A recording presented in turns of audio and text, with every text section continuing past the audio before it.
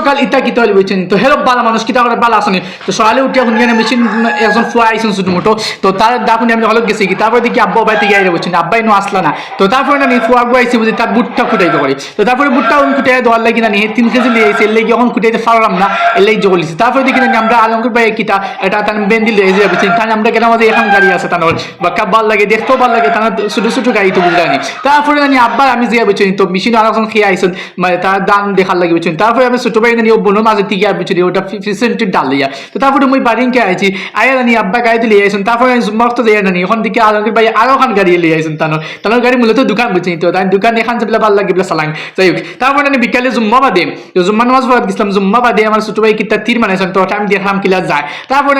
তীর বানাইছেন যেহেতু তীরও লাগে সিঙ্গারও খাটা লাগে তারপরে বিকেলে জানি আমরা দোকানে না দোকানে কিছু খাওয়ার লাগি তো আমরা দুজনে কিছু খাইতাম করে বাবরা বুঝছেন আমার ছোটো ভাই যে মুখ মেলা বুঝছি পুরাই আসতে নাই তারপরে আমি আমরা ছোটো ভাই ওটা খাইতে বুঝছি আমি ইন্টার বাড়িতে নাই তো আমরা লাস্ট মিনিটে লুডু শেখা লইয়া বাড়ি গেলাম